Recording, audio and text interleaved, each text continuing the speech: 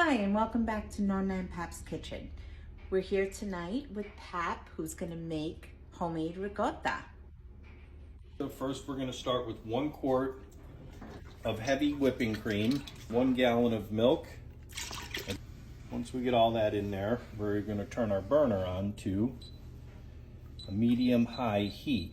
And we're going to let that get to about 120 degrees. We're going to do 1/2 cup of white distilled vinegar and 1 teaspoon of salt. We're going to incorporate that in there really good. Now we got our milk and heavy cream solution up to about 120 degrees. We're going to go in with our vinegar and salt.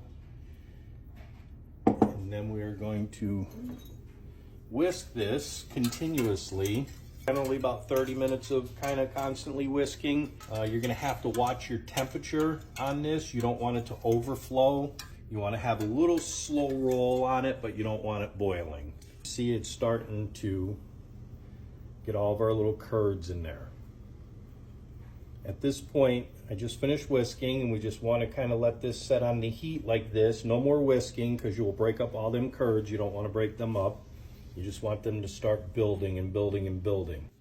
We've been about 10 minutes at kind of a little simmer boil here. We got about 5 more minutes to wait on that. You could see that the curds are starting to roll around and everything. We're getting to that point where it's just going to be ready to take it off the heat. You will see where it's starting to get to this point. We got nice little bubbles going around. We got a little bit of green yellowish around here.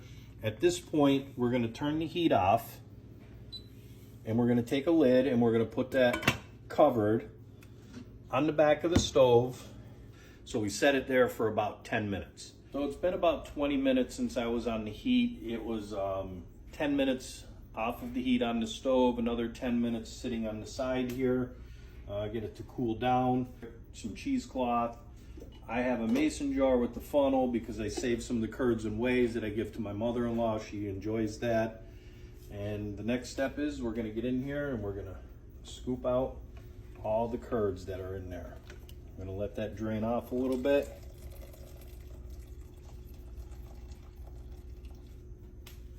I'm going to bring that right over and put it down in our cheesecloth.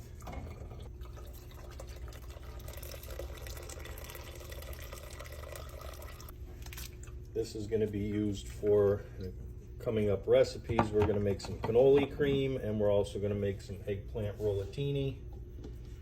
Now we have it in there. We'll let that drain out a little bit. We don't want to over drain this though. You want to have a little bit of that liquid in there, because if you over drain it, it kind of gets really dry.